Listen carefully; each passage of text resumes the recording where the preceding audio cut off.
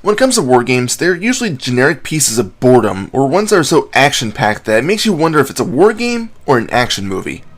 I'm looking at you, Modern Warfare 3. However, every once in a while, you'll get something that actually veers off the beaten path that actually makes a game fairly fun. Mercenaries is one of those beaten path games. It's a war game, but instead of playing as a faction actually participating in the war, you're instead a lone mercenary hired to take down a North Korean leader. The game itself is played out on an open map, and you can do whatever the hell you want to, when you want to. Not unlike Grand Theft Auto or Saints Row. In order to start missions, you hook up with one of 4 non-hostile factions and take a contract from them. In between taking contracts, you can participate in side missions, or just cause general chaos. Let me start with the story. North Korea finally goes apeshit and invades South Korea. The Chinese, Russians, and allied nations, which is pretty much just the UN, don't like that so much. So they mobilize into South Korea to stop the North Korean army and hunt down the leader of the North Korean forces. That's essentially the whole story. It's simple for a war game, but it does the job. As I said before, the game has an open world feel to it, not restricting where you can go. After completing half of the game, you actually open up a second map and can traverse between the two by talking to an NPC that is a helicopter pilot. The open world is an important feature of the game, mainly because of the way that the game's campaign proceeds. Years ago, when there was a search for Saddam Hussein, the military handed out playing cards with each card bearing the name and position of the most wanted enemies. For example, the Ace of Spades is Saddam Hussein, the Eight of Hearts is Sultan Hashim Ahmad Attai, and so on. The reasoning behind this is that playing card games was a popular pastime for US soldiers, so the higher-ups figured that if the soldiers could commit those faces and names to memory, it would be easier to identify them. Anyway, this 52-card system is in play for Mercenaries. Each chapter of the game is based on the suit of play. You start off with clubs, then diamonds, then hearts, and finally the spades.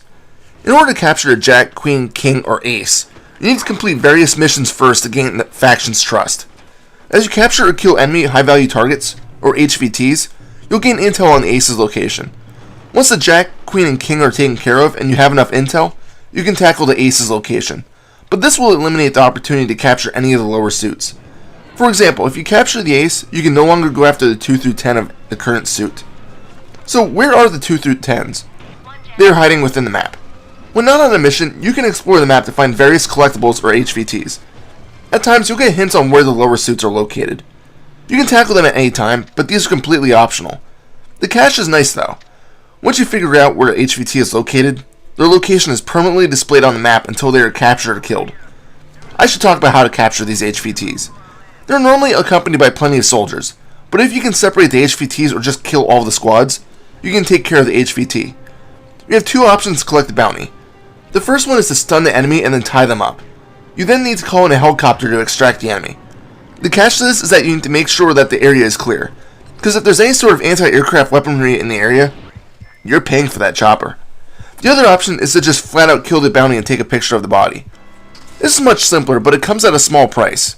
You only receive half the bounty amount. It's really up to you on how you wish to take care of the bounty. But one thing to remember is that even if you're not the one to kill the bounty, it's still only half price. Explosions are rampant in this game, so make sure to keep the enemies safe if you want the full bounty. Speaking of explosions, I should talk about the graphics. They are hit or miss. It's not a real vibrant setting, which is expected for a game with a war-torn environment, but it is pretty believable. But even so, they are bland.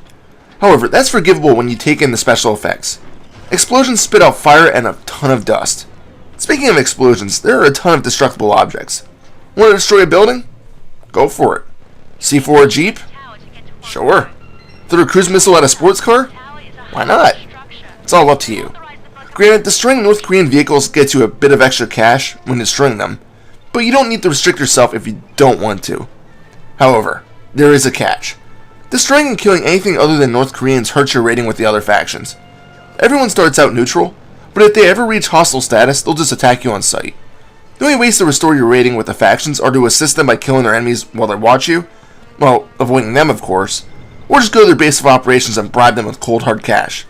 The disadvantage to the faction being hostile, other than being an extra enemy on the battlefield, is that you can't start any new missions with that faction. The only other disadvantage is that if you're hated by the Russian Mafia, you can't access the black market. The black market. This is where the fun begins. Anytime you need ammo, a weapon, or heavy artillery, you can access the black market. As long as you have unlocked the item, you can purchase it. Ammo and vehicles are airdropped in, but airstrikes and artillery need to be activated after purchasing them. No item is officially purchased until you pocket up a smoke grenade or use the targeting to activate the airstrike, which basically allows you to window shop a bit. Airstrikes and artillery have several ways to paint your target. Some of them require you to throw a smoke grenade to indicate your target, and then run like hell to avoid being blown to bits. Some of them have a GPS-style system, where you just need to navigate to the general area that you want leveled. Finally, most airstrikes have a laser targeting system, where you need to find a safe spot, use the laser, and keep it at its location so that the attacking aircraft knows where to drop the missiles. It's a very easy system to learn. With the 52 card system, the game also has a pretty large array of content. In addition to those HVTs, you can try to find various collectibles. Some of them are blueprints for WMDs, and others are stolen artifacts. Collecting a certain amount of these can unlock items for the black market and eventually give you certain cheat codes, like playing as Indiana Jones. Yeah, the game was made by LucasArts. Anyway, these items do give you a small amount of cash. You can also find statues that you can destroy for cash, and also listening posts, which are small poles that have a blinking red light. Each of these also gives you a small bit of respect for a various faction, so if they're pissed off at you, finding these items can help stop the hate a bit. Now that the basics are covered, let me talk about the gameplay. At its core, it's a third-person shooter. The controls are fairly simplistic, and if you've ever played GTA, you'll know the basics. You can call allied soldiers to come with you in your vehicle by honking your horn, and I think L1 allows you to exit the vehicle without bringing the allied soldiers with you.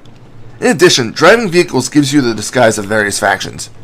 If you drive a North Korean vehicle, you'll always be shot at, unless you're approaching a North Korean area. If you honk your horn, make a hostile attack, or are spotted by an officer denoted by a faction above the character's head, the cover is blown. Using this method allows you to use stealth a bit to help you accomplish a mission. In addition, you can commandeer heavier vehicles, such as tanks and APCs. These vehicles are controlled a little bit differently. Instead of using X to accelerate, you just use the left analog stick to move around. The right analog stick is then used to rotate the turret. Unlike many other games, vehicle weaponry does not have infinite ammo, so if you're driving a tank and run out of shells, you can either request an ammo drop or ditch the tank. If you're in a vehicle when it blows up, you're not instantly killed. Instead, you're brought down to 1 HP. This is where I'll talk about the health system. When dropping below 20 HP, you'll reach critical status. The game slows down for a few seconds and gives you a small time frame in which you can attempt to find cover and heal up. Your health will automatically recover to 20 HP. After this critical state, you need to find a medkit to fully heal up, otherwise you'll die when hitting 0 HP.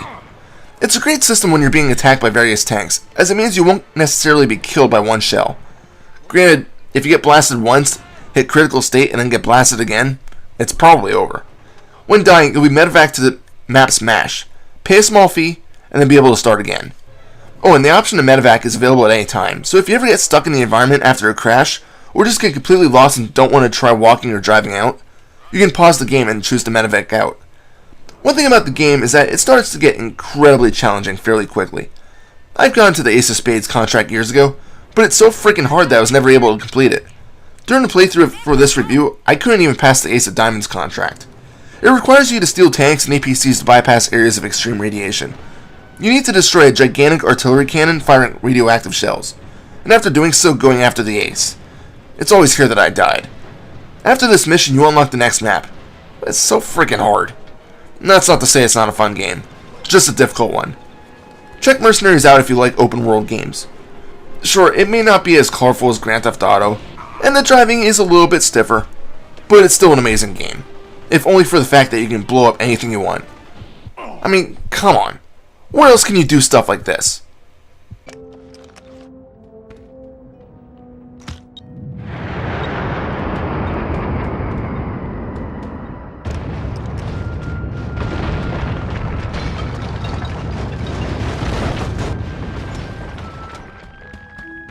Look what we got here.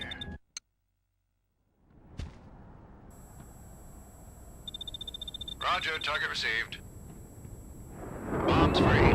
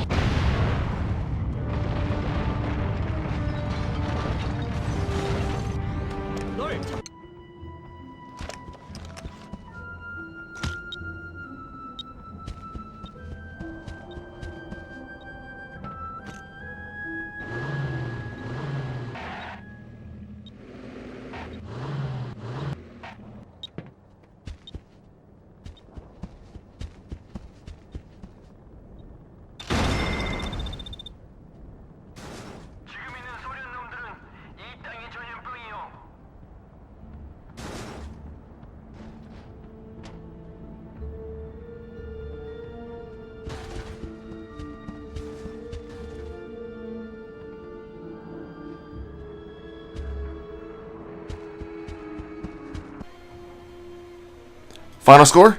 9 out of 10. This is Reaper. If you haven't checked me out yet and I don't know what you're waiting for, facebook.com/ReapersReviews. Happy fragging.